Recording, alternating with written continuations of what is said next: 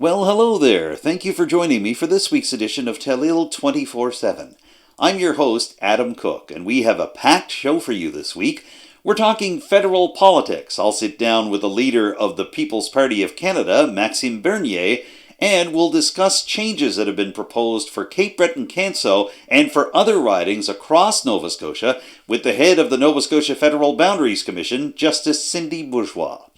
Later on, we'll shift to the provincial scene as I talk to the Liberal Critic for Acadian Affairs, Ronnie LeBlanc, about his proposed bill for enshrining French language education as a right for all Nova Scotians. And later in the program, Becky Borono sits down with Kate Chisholm, who is organizing a major fundraiser this coming weekend in Petit de Gras for families who have been displaced by the invasion of Ukraine by Russia. But we begin with the latest turns in the story of Michael Diggdon. The District 2 Municipal Councillor made his first appearance at a Richmond Council meeting since being suspended for a month as a result of a breach of the Municipal Code of Conduct that his fellow councillors judged him to be in near the end of March.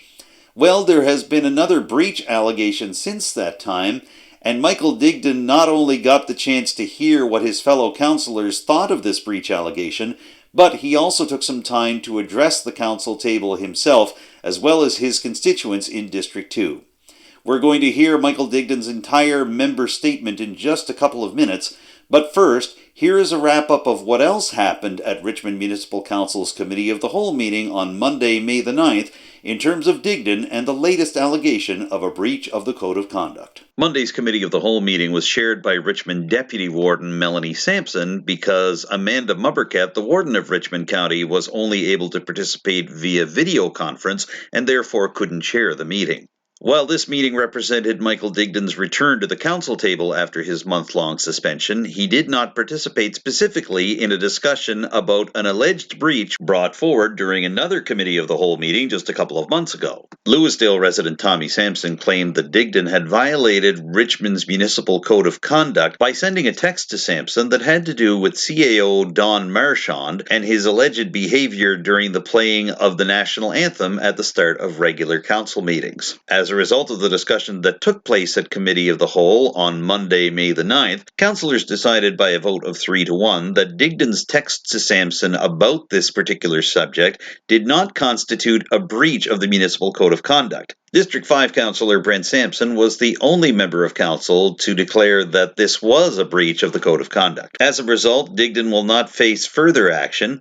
However, the municipality is also going to contact the Provincial Department of Municipal Affairs and the Nova Scotia Federation of Municipalities to seek further clarification about how a Code of Conduct can be applied, as well as council's own ability to suspend or otherwise discipline council members that engage in activities similar to those that Councillor Diggdon is said to have engaged in during two periods of 2021. Following this discussion at Monday's Committee of the Whole meeting, Councillor Diggdon took the floor to issue a member statement addressing the situation that has arisen over the past year and a half. In my communication with a member of the public last November, I regret violating Richmond County's Code of Conduct for elected officials. Reflecting upon my actions and words over the last few weeks and months, I have come to realize that it was inappropriate to send a personal response in relation to a request for action from me as a councillor for District 2. No matter our familiarity with each other, I should not have reacted in a personal manner instead of a professional one when my assistance was requested. I misunderstood the nature of the request, but I recognize now that I should not have responded the way that I did. I will not speak further on my past personal interactions with the resident involved in this matter, in accordance with the wishes she has expressed in comments made to the media. I take responsibility for my actions in reference to this matter, and I have apologized to my council team and to the resident involved. I also want to apologize to the residents of District 2 and to all residents of Richmond County. For the residents of Richmond County that know me, they are aware that I've been involved in the community for several decades now, and that I'm a strong supporter of community groups, halls, and causes in need. My love for the community was the deciding factor in running for council, and my drive to continue to support and work hard for our community is still there and always will be. I accept the decisions of council and the sanctions imposed. In addition to their requirements, I will be donating my stipend for the month of April equally to both Leaside Transition House and Autism Nova Scotia. I'm grateful that these organizations exist to support women in crisis and people with autism and their families. I do wish to raise a concern with council's decision to suspend a councillor under the Code of Conduct policy. While a councillor is suspended, its district is not represented by its elected officials. Suspension of a councillor is not authorized under the Municipal Government Act, nor is it mentioned in the Code of Conduct policy itself. I have served a 1-month suspension given to me by council, and I'm not trying to reverse that decision, but raise this concern with regard to any future decisions that need to be made by council. I know that family and friends on all sides have been affected by my recent actions. I made a poor decision and again apologize. In addition, I want to assure the residents of Richmond County that I am committed to learning from this and that I will work diligently to move forward with the best interests of our county in mind. Thank you. Again, I've said it before, and I'll definitely say it again tonight. I apologize to each and every one of the councillors that sit around this table with me. Madam Chair, for you that's holding the meeting tonight, I especially want to reach out and give you a sincere apology, since when I seen your face read that motion to me, you know, all I created was hurt around the table. Again, I apologize, and all I can do is move on. Thank you. Thank you. And just a reminder to our Telile viewers that you can watch the entirety of the Committee of the Whole meeting from Monday night on Telile's YouTube channel, and we'll be broadcasting it through the rest of the week right here on Telile Community Television. Right now, let's shift from municipal to federal politics. The leader of the People's Party of Canada, Maxime Bernier, made a straight area stop over the weekend as part of his recent swing through the Maritime provinces. Some people consider him to be a hero of the people. Others see Bernier as controversial. Some would even call him dangerous. How does he feel about all this attention, and what is his real standpoint on some of the key issues of the day? To find out, I joined the reporter's Drake Lowthers for this conversation with Maxime Bernier. Here's what he had to say in response to our questions. This is your first official visit to Port Hawkesbury. How do you feel about the turnout you got today and the reception you received? Yes, I'm very pleased because our goal is to meet more people, building our organization in Atlantic Canada to be ready for the next election. And I'm very pleased that, I had great questions, good people here, and they're ready to be part of our organization. So that's the goal of that tour. Building the organization, funding candidates for the next election, and I can tell you we have time and we'll be ready. We will have at the next election for sure a full slate of candidates, so everybody will be able to vote for their values. They will be able to vote for the PPC. You got some questions from people about issues that impact Atlantic Canadians. What do you feel are the biggest concerns of Atlantic Canadians, and in particular those in Nova Scotia and right here in the Strait of Canso? And how do you and your party plan to address them should you be able to gain some seats in the House next time around? Yeah, actually, there's a lot of challenges here and in Atlantic Canada, not only here in Cape Breton. First of all, the economy and the inflation.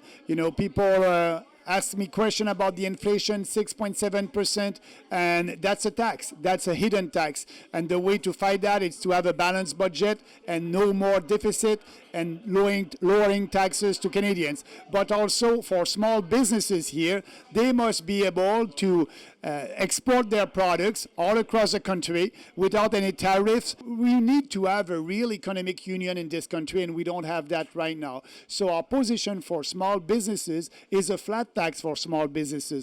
Like I said before, we don't want to give more money to big corporations. We are against corporate welfare. We can save a lot of money there, and lowering taxes to every business, that will help them to have more money in their pockets and to do what they want. Mr. Bernier, are the concerns you're hearing here on the East Coast during your maritime tour very different from those that you're hearing in Central or Western Canada? No, actually, it is not really different. After 2 years of lockdowns and stay-at-home orders and COVID hysteria, people are ready, and what they want, it's more freedom, and they want the government to respect them. And the government was not respecting Canadians and respecting our Charter of Rights. So that discussion about COVID-19 is still there after 2 years. And they want to be sure that these draconian measures won't be in place this winter. That's a big preoccupation for everybody. Speaking of COVID-19, during your remarks to the crowd here at the Harbourview Cafe, you brought up a couple of times legal action that you'll be pursuing with former Newfoundland and Labrador Premier Brian Peckford with regards to this pandemic. Can you explain that for our viewers? Yes, actually, I'm not vaccinated. I decided that. It's my personal choice, and I cannot travel across the country. I cannot travel by air, by plane, or by boat. That's against our Charter of Rights. It is a discrimination. It is a segregation. Every Canadian must be able to freely travel across our country. And actually, we are the only country on the planet that does not allow Canadians to travel freely across the country. And that's why myself and Brian Peckford, we are suing the federal government and will be in the court this September. And our argument is the Charter of Rights. And we will have that decision maybe in December. And I can tell you, if we don't win, we will appeal that. And that must end. That's a huge discrimination and segregation in Canada. You don't see that in any other countries. So that's an important fight. And yes, I'm doing that fight in the court, and I'm doing the other fight, try to have more people that will fight for their freedoms with us. And you drove home your point here at the Harbourview Cafe by mentioning that it's not every day that a national federal party leader does a tour in a car as opposed to on a plane. Yeah, I'm the only one. That's a discrimination. You know, as a national leader, I must be able to travel across the country. So it will be very difficult for me to go in Western Canada. As you may know, I live in Montreal, and so coming here by car, I'm 3 weeks on the road, and I like it. It's okay. But I cannot do that and go to Vancouver. That would be too long. And so I need to be able, that's a huge discrimination, because all these other establishment leaders are able to travel across the country. And I'm not, because of my medical choice. That's not our country. We must be able, not only me, but everybody must be able to travel freely across the country. It was pointed out here during your visit that many of the decisions regarding gathering limits and social distancing restrictions, as well as vaccination strategy, are leveled by the provincial governments here in Canada as opposed to the federal government. That being said, if you are successful in winning even a few seats in Ottawa, what would you do to try to change that? Yeah, actually, we won't give any subsidies to provincial governments to help them to impose draconian measures like lockdown, stay-at-home order. And so that's why I believe that will have a huge influence. And I believe that these provincial governments will think twice before imposing these measures, because they won't have any money from the federal government. That's something that we can do. And actually also we can use the Charter of Rights, because all these measures are unconstitutional, illegal, immoral, not based on science, and we can fight them in the court. Mr. Bernier, with the recent Russian invasion of Ukraine, we are in a time of international crisis, yet your platform includes ending all foreign aid and also withdrawing Canada from the United Nations. How do you justify these particular policy planks for the People's Party of Canada? What we want to do, we want to put our country first and Canadian first. So all the foreign aid, we can save a lot of money there. But I understand that Canadians are generous and they're ready to help other countries when there is a humanitarian crisis or environmental disaster. We will be there, but it is not our role to build roads in Africa, like I said, or fight climate change in Africa. So let's save that money and bring back that money home to help Canadians first. That's our party. We are the People's Party. We are working for the people, with the people, and putting Canadians first. So yes, we will save money by cutting foreign aid, and that will help to balance our budget.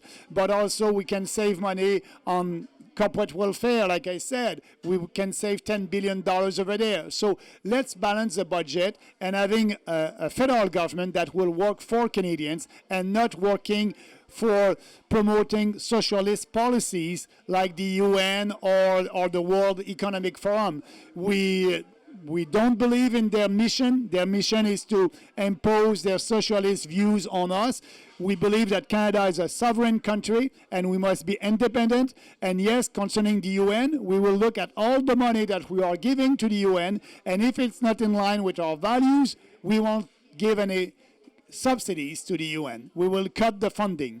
Your party finished fourth here in Cape Breton-Canso during the last two federal elections, but in the most recent federal election in September of 2021, candidate Brad Grandy increased the PPC's vote tally even though he didn't visit the riding once.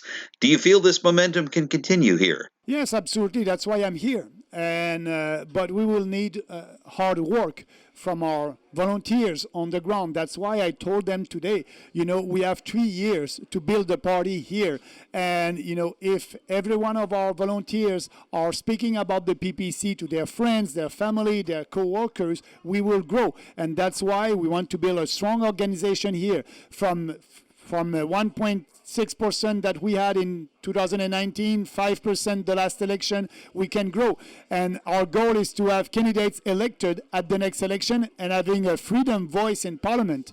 During your remarks here in Port Hawkesbury, you frequently use the word socialist to describe the environment in federal politics right now, not just the confidence and supply agreement that was reached between the federal Liberal government and the NDP, but as well looking at your own former Conservative Party, for which you ran for the leadership in 2017, finishing second. You described them as socialists as well. Can you explain what all that means and why you're using the word socialist to describe these parties at this time? No, for sure. Actually, the Conservative Party of Canada, like I said, is only conservative in name, and they're conservative during their leadership contest. And after that, we can see the real Conservative Party that is not conservative. They're like the Liberals because they want to have more support in the big GTA. As you may know, there's more seats in the GTA near Toronto than in Alberta. And so, like Andrew Scheer did and Erin O'Toole did, they're going to the left. So for us, we are doing politics based on principles, and that's a huge difference. We are fighting for Canadians, for freedoms, less government, and that's not the case. The Conservative, the last 2 years, they were with the Liberals and the NDP. They supported all these draconian measures. So now they're speaking about freedom in their leadership context. That's a little bit, when they're doing that, they think that we will believe them. The reality is you must walk the talk. And they were not there during the Freedom Convoy. They were afraid to speak about freedom, and they supported everything that the Liberals did. That's why they're not conservative. We cannot trust them anymore. And I said, that party, the Conservative Party of Canada, is intellectually and morally corrupt. So with that in mind, Mr. Bernier, do you think the People's Party of Canada now has a strategy that can attract conservative voters, both former conservatives and even those that are still considering themselves to be conservative or would have voted for the party as recently as last fall? I believe so. Because like I said before, our supporters are not coming everybody is not coming from the Conservative Party of Canada. We have people that voted for the NDP. We have people that voted Liberals. We have people that voted Green that are coming with us because of our strong values on individual freedom, personal responsibility, respect, and fairness. And I believe that we'll have a good candidate at the next election, and we have time to build the organization here. So yes, there's a great future for the PPC in Atlantic Canada. We've covered a lot of ground in a short time in this interview, Mr. Bernier. Is there anything you'd like to add just before we wrap up? First of all, I'm very pleased that I had that opportunity to do that interview with you because, as you may know, we've been cancelled by the mainstream media, and that's a nice opportunity to speak to your viewers, and I want to thank you for that. Well, thank you once again for joining us on Telile 24/7, and good luck on the rest of your tour. Thank you.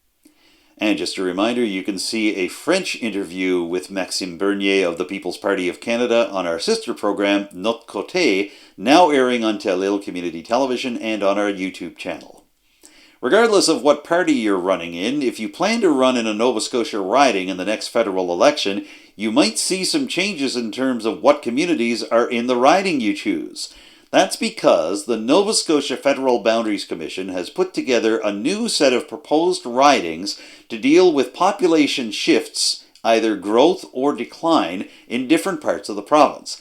That could mean some big changes for our riding of Cape Breton-Canso, which stands to be reconfigured under the name Cape Breton-Antigonish, picking up all of Antigonish Town and County and losing several key areas of the Cape Breton Regional Municipality to the nearby Sydney-Victoria riding. So how did we get here, and what is next in terms of people being able to share their thoughts on these proposed riding changes? To get those answers, I spoke on the phone with the head of the Nova Scotia Federal Boundaries Commission, Supreme Court Justice Cindy Bourgeois. Here's that conversation right now. So I wanted to begin, Justice Bourgeois, by asking you, just for our viewers who are not familiar with the process of what the Federal Boundaries Commission for Nova Scotia does and what drives these decisions, can you give us a bit of detail on what the work is for you and for your fellow commission colleagues up to this point? What have you folks been doing? Well, thanks, Adam, for the opportunity to explain that. Every 10 years, federal law requires, and it corresponds with the census, that a federal commission be struck in every province to have a look at the current boundaries of all of the ridings. We have 11 here in Nova Scotia. That hasn't changed.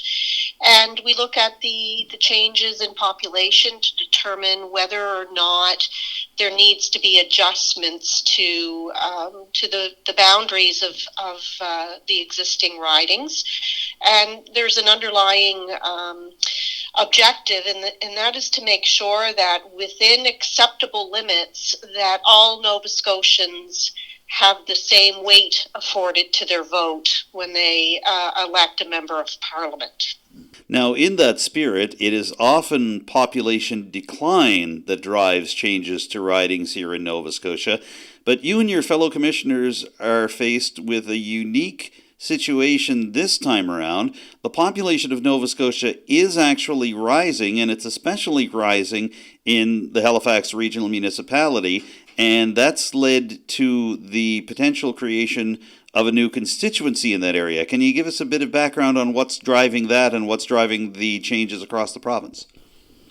Well, it's not really a creation of a new constituency per se, Adam. It's more of adjusting and renaming some of the other ridings that exist. So we haven't created anything that's new per se, although it may very well look new because of the change in names. So one of the things that we do and required by law is to look at what would be the average if you took the population of Nova Scotia at the latest census and you divided it by 11. The average of that is just over 88,000. So you're quite correct that when we looked and we plugged in the current numbers, Halifax, a number of the ridings in Halifax, I think all of them, some to greater and lesser degrees, had numbers that were well above that average. And we had ridings in the province that had numbers well below that average.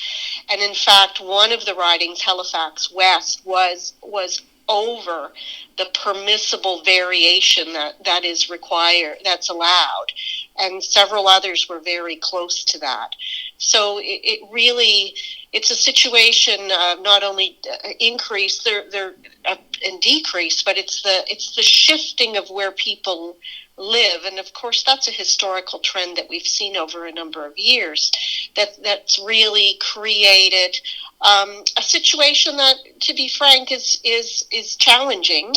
But we're hoping with some public input, we'll be able to come up with a final product that respects the law but also respects what's on the ground out there and how people live their lives. Now, one of the reasons we wanted to get your perspective for Telile 24/7, Justice Bourgeois, is because of proposed changes to the riding that encompasses our coverage area.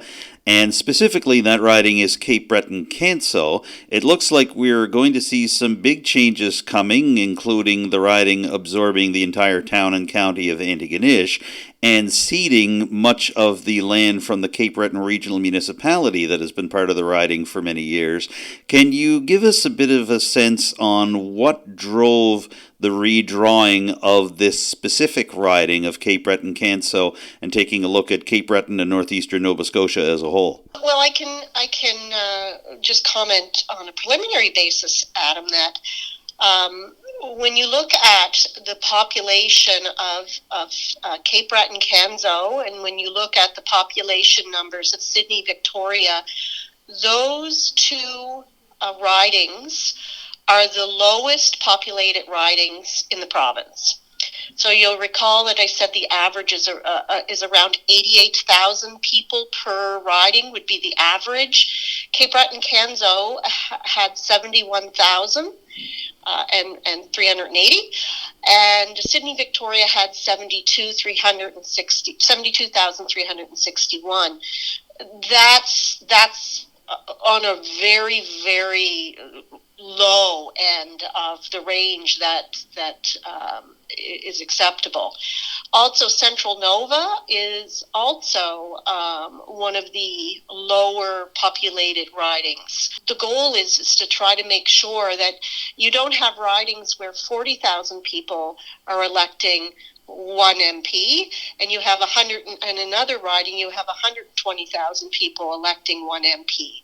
You want to have relative voting parity across the province in all 11 ridings, so that a vote in Port Hawkesbury is relatively equivalent to a vote in Truro or a vote in Halifax or a vote in Shelburne. So it's yes, of course, we look at each individual riding, but there's also a global provincial perspective that has to be applied, because we're looking at that average and trying to get as close as possible so that all Nova Scotians have a relatively equal representation in terms of the number of people who are in each riding who elect a single MP to represent their interests in Parliament. In terms of Cape Breton-Canso now looking to morph into this new Cape Breton-Antigonish riding, it seems that past history of electoral boundaries may have come into play here, because the proposed new riding of Cape Breton-Antigonish looks an awful lot like what many of our viewers might remember as a riding called Cape Breton Highlands-Canso a couple of decades ago, before the redistribution was happening in the mid-90s. So I'm just wondering, did that come into play in terms of looking at this specific riding? Did common community themes and common community needs come into play? Just basically looking at the groupings of Inverness, Richmond, Guysborough, and Antigonish counties, what was happening there? Well, first of all, you start from that numerical averaging and saying we need to get the ridings as close to 88,000 as is possible. That's the start. It certainly isn't the end, because on top of that, we're obligated to look at community of interest. We're obligated at looking at geographical factors that may make sense to, or not make sense, to have certain areas joined together, and also historical factors.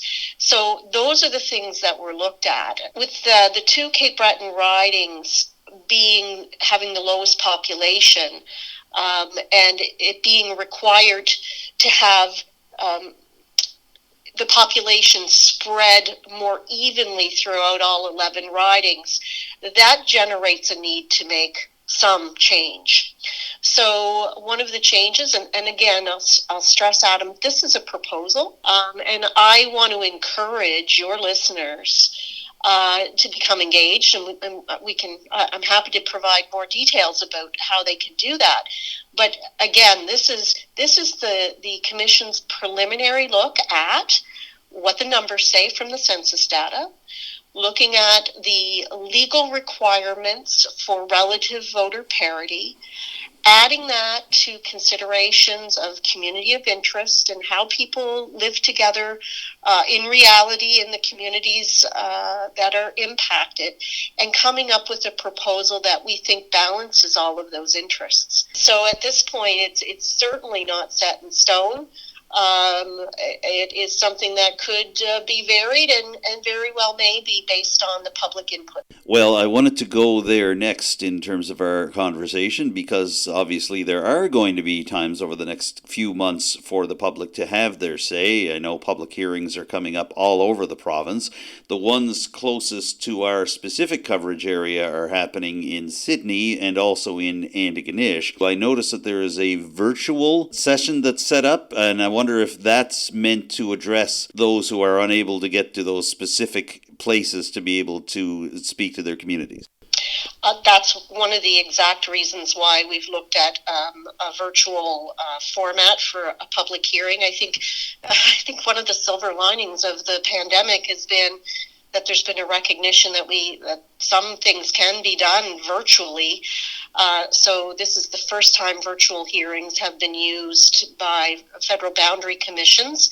It does give an opportunity, if folks do not want to take the drive, to be able to participate virtually.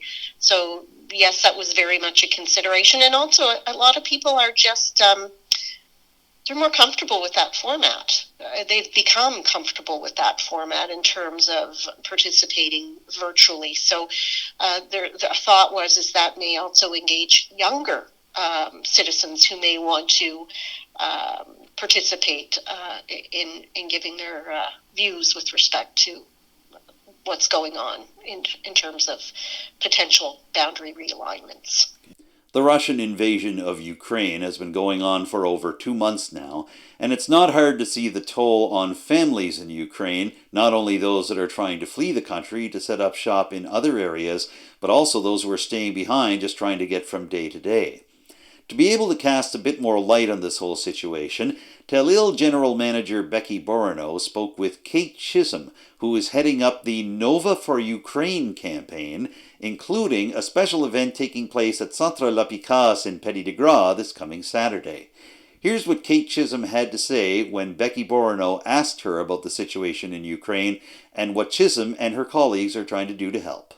Hello everybody, I am here with Kate Chisholm, who contacted me about a very important fundraiser that's going to be happening at La Picasse. And what date is that on, Kate? May 14th.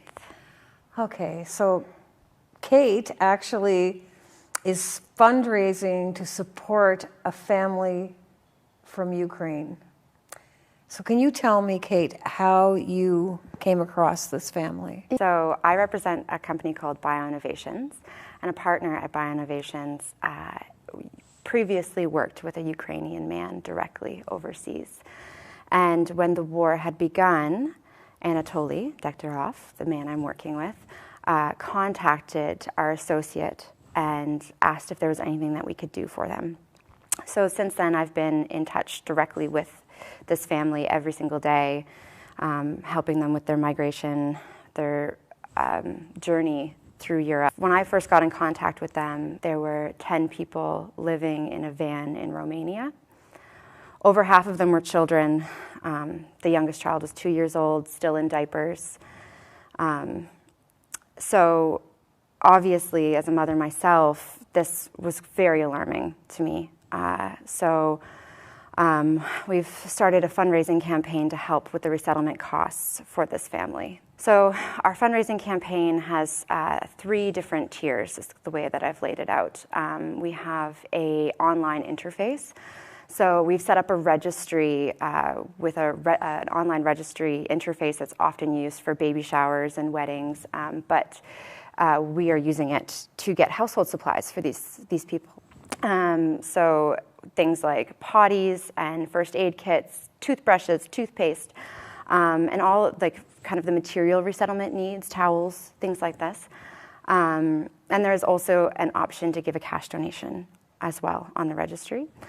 The registry can be found at myregistry.com/gift list/Nova for Ukraine, NOVA 4, the numeral 4, Ukraine.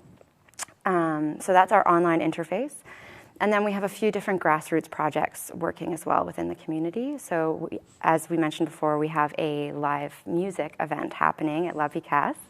It's a dance. There's going to be some great rock and roll music. Some awesome people are donating their time and energy and sound equipment to put together a benefit. So we're going to have live music. There's a silent auction as well. So we have like a hand-carved Inuit sculpture that was purchased directly from the artist in Arviat in Nunavut, as well as raised garden beds and just a multitude of different things that people can bid on to support the project. And we also have we're going to have a 50-50 there as well. And people, and excuse me, but people can donate items if they like for this auction, right? Absolutely, absolutely. And it's not just limited to material items either. Right. Like you can, if you have a skill or time, maybe you teach dance or acrobatics and you want to donate an hour or 2 of that time, we can put that on a table. Someone will bid for it. And that's, you can use, which is really what this event is all about. You've got musicians and people coming together and using their skill sets to further a greater cause. Mm-hmm. Yeah, and it is a licensed event as well, so that's always fun. And I do believe it's probably one of the most worthy causes I can think of. Absolutely. Yeah. Like everyone else in the world, we're watching this tragedy. And, for you, I would think that being in touch with these people every day must just consume you. It does. Because the things that we take for granted, toothpaste, all of those things, I mean, if I had to leave my home and not know what to take with me, and what I would have to choose what to leave behind. Yeah.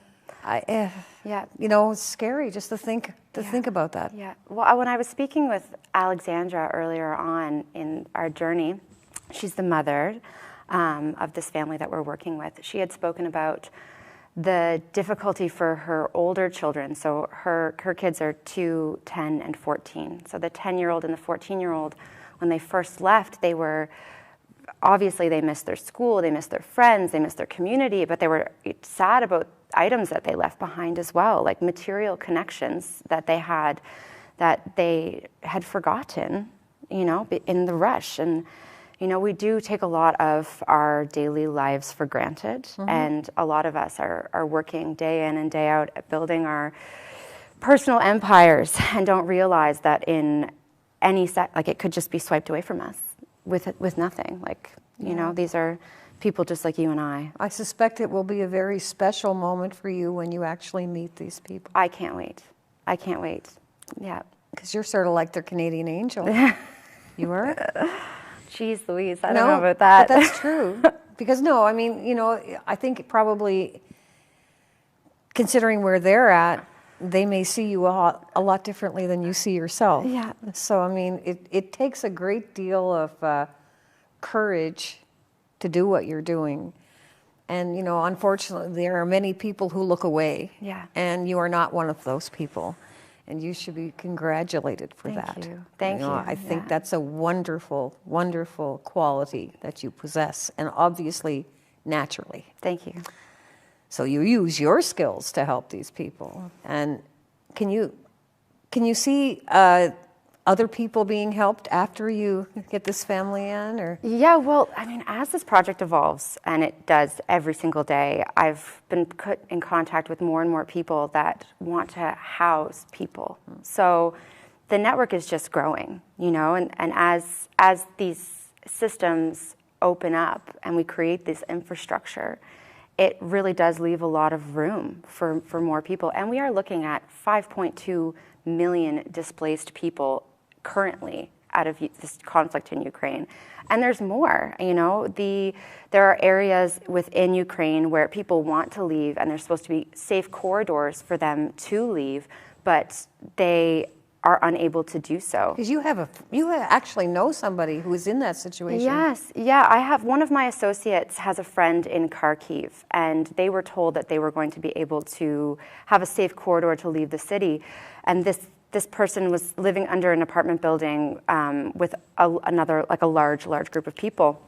And what ended up happening was that as people tried to leave, Russian soldiers were shooting them one by one. So they're not just dropping bombs and wiping people out. It's not civilian casualties in the sense that it happened, you know, in incident by, you know, because of relation to a military base. It's what's happening is that these Russian soldiers are killing civilians directly with gunshots. And I know that in a lot of cases, people from Ukraine have relatives in Russia. Yeah. And a lot of times they don't believe what they're saying. Yeah. When I was first put in contact with Alexandra and Anatoly, it came to light that they have family that live in Russia. And when they had communicated with their family members, their aunts and uncles that live there, they didn't believe them that the bombing had started. They didn't validate anything. They didn't help them. They weren't able to communicate with them. So they essentially kind of cut them off. There was no forward direction, you know. I wonder if that was because of fear. Because I know that, and you know, it's always said that people that live in Russia, you know, kind of have to sort of keep their opinions to themselves quite a bit, or they suffer some consequences that, you know, that can be quite unreasonable. Yeah. Well, I mean, Russian citizens that speak out against the war are facing the potentiality of substantial jail sentences, anywhere from 15 to 25 years. Wow. So imagine at that point giving up your livelihood. You know, it becomes almost like this game of survival. You know, if you have children at home and mouths to feed, how are you going to speak up against something that you know inherently is so wrong? And I mean, there are those conspiracy theorists who claim that everything is staged, and I don't understand that, because really, I mean, how much more do you need? Yeah. I mean, and then you know, you have Russia saying, or the Russian, you know, the bad people in Russia are saying, you know, oh, they made it up. It's so irrational to me that in this day of video being so accessible on every cell phone, you know, I don't know how that can possibly be justified. It's ridiculous to me. Like, it's so far-fetched, because I mean, for better or for worse, we do live in a capitalistic society, and you know, I don't think Ukraine has the resources to go make fake bodies to put in the streets. Like, what kind of... I think they have other things on their mind. Yes, absolutely. Absolutely. Like survival, like water, like families. Yeah. And like living. Exactly.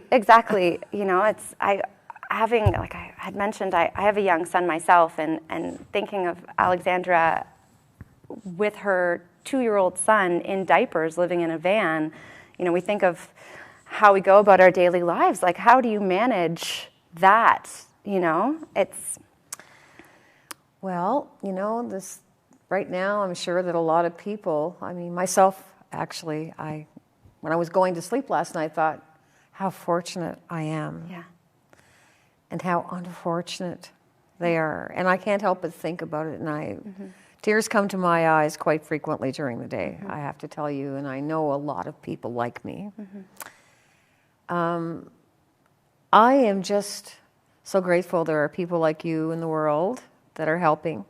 I have to, give quite a bit of credit to all of those people who put themselves also in jeopardy in Ukraine, trying to, and thank God for like Poland and all of these countries, and Canada. Yes. Canada is always open, has always been open to refugees, and I'm proud to be Canadian for that. 100%. I mean, Newfoundland actually set up their own system over in Poland so they could help Ukrainians directly. So they're, trying to erase some of the, not erase, but belittle the minutia of the bureaucratic process and help these people. Because you're looking at a huge language barrier. Like when you're calling into the helplines for the IRCC or navigating visa application processes when you don't even speak the same language at all, navigating it must be...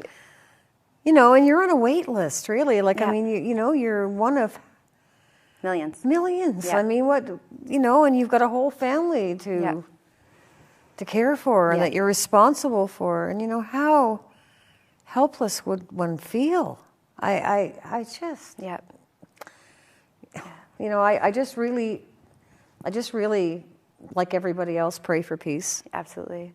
It's absolutely a time for us to recognize our own privilege and understand also that initiatives like this are not charity, they're solidarity. We are acting to support community members. They may not be part of NATO. The paperwork wasn't signed, but they are human beings that need our help. They're our fellow man. Yeah. And I've been so grateful to the way that my community has risen to help. We speak with the donations of musicians and people donating items to our silent auction, but also, we have another grassroots fundraiser on the go as well, where the students from Dr. John Hugh Gillis in Antigonish County are going to be running a door canvassing campaign. So knocking on all the doors in Antigonish. There's going to be 30 of them. Like bright-eyed and bushy-tailed young people that care and they want to be able to communicate it with us, because really a lot of the people that are most deeply affected by this are the children. They are leaving their schools, they're leaving their friends. I remember talking to Alexandra, and she was feeling stressed that she didn't have her kids' transcripts, but she was scared that they weren't going to be able to enter school in the right grade, or what the education system was going to be like. And luckily, when I was speaking with the Strait Regional School Board, initially when they were going to live here, they were so supportive and so wonderful around being able to say, just come as you are, we will do everything that we can to make sure that these girls, these people are given an equal opportunity for education. But just to know that these kids and their mother was so stressed out that they didn't have their school transcripts, that's not what you need to be worrying about in this moment. And well, there are so many things to worry about that I'm sure they become compounded. Absolutely. I just, my heart goes out to every parent. Yeah. Every parent that is in that situation. That it's just it's unthinkable to me. Like I can't wrap my head around how that would be, and I would never be able to put myself in their shoes. How some people say, "Oh, I know what you mean." Yeah, well, we don't know what they mean. That is not correct. We do not know what they mean because we have not lived it. No. So, bless you, and any message that you need to get out with us, you are always welcome to come here. Thank you. And someday maybe we'll do a great big video of you meeting that family at the airport. That would be. I'm very excited for their son and my son to meet and great. to play. That's great. To have those nice, wholesome moments. I can't wait. And if anyone wants to get in contact with us for our project, they can contact BioInnovations directly. And I will leave all the contact numbers. Okay. And if anybody has anything they want to donate to that silent auction, by all means, get in touch with Kate, because I know that she'll make good use of everything she gets. So thank you so much for coming, Kate, Thank you. Best of luck to that family. Yeah. Thanks. Hopefully we can do something great. I think you already have. And now Telile 24/7 continues its coverage of an issue surrounding French language education rights here in the province.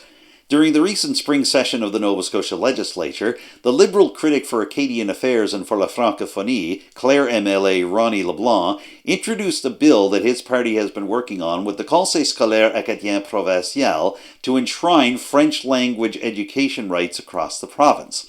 That bill is going up for discussion in a meeting coming next week with the CSAP's Executive Director, Michelle Collette, and Colton LeBlanc, the Minister responsible for Acadian Affairs et la Francophonie, and the Education Minister for Nova Scotia, Becky Drouin. We've already spoken to CSCP Executive Director Michelle Collette. Next week, Minister Colton LeBlanc will be with us on the show. But now we're going to hear from one of the authors of that bill, Ronnie LeBlanc, the Clare MLA and the Liberal Critic for Acadian Affairs et la Francophonie. Here's our conversation with Ronnie LeBlanc right now. And joining us now on Telile 24/7 to help us with our continuing coverage of the bill that's before the House of Assembly regarding French language education, we welcome the MLA for Clare who presented the bill during the recent spring session of the provincial legislature. He is Liberal MLA Ronnie LeBlanc. Monsieur LeBlanc, thank you for joining us on Telile 24/7 today. A pleasure. Good afternoon. We wanted to begin with a little bit of history about this bill. Now, obviously, this predates your time in provincial politics. You were first elected just this past August, but this bill has been in the works for 4 years. What were your first impressions when you got wind of the conversation that was going on between the Liberal Party and the CSAP around this bill? What were your thoughts? One of my priorities when I decided to run for MLA was to try to get this bill introduced in the House. I was hoping I'd be on the government side to do that, but as an opposition member, I feel that the bill is extremely important for Francophones and Acadians across the province. I feel it will guarantee that the CSAP will be there in 25, 50, 100 years. So this bill is extremely important. And like you said, it's been a few years now that a lot of discussion around getting this introduced and passed. So a lot of work has gone into it and a lot of time. A 105-page document. I was speaking to the executive director of the CSAP a couple of weeks ago, Michelle Collette. Off camera, I made the remark that this is certainly not a gum wrapper or a piece of recycled coffee cup that you're presenting a bill on. This is a major document with major implications for the CSAP and for French language education. Can you give me a sense on what you feel this bill does for the CSAP in particular that it doesn't have the power to do right now? What are your thoughts there? What they wanted is an independent, separate, and charter compliant bill, which the current Education Act is not compliant with the charter when it comes to French language or minority. So that's the first thing it addresses. So basically, it looks at the act and then makes changes in the act that make the new act compliant. But what it'll do as well, I feel, is give more control in the management of the CSAP within the institution, like the CSAP itself. Right now, the CSAP finds itself under like an English organization, like the government, the Department of Education basically functions in English. So all the documentation they receive is in English. They have to do the translation. Even people who deal with the CSAP, some are not bilingual. So there's a lot of little things within the bill that will make huge changes for the CSAP. And I think more consultations with the Department of Education, like all things that are very important. So one example, if you don't mind, I'll give an example. Yeah. But say that the education in Nova Scotia, as an example, math scores are really low. So the minister, the Department of Education says we're going to invest $2 million or X amount of dollars to help bring math scores up. But the CSAP or French education, math scores could be high, and it might be, I don't know, English that's lower.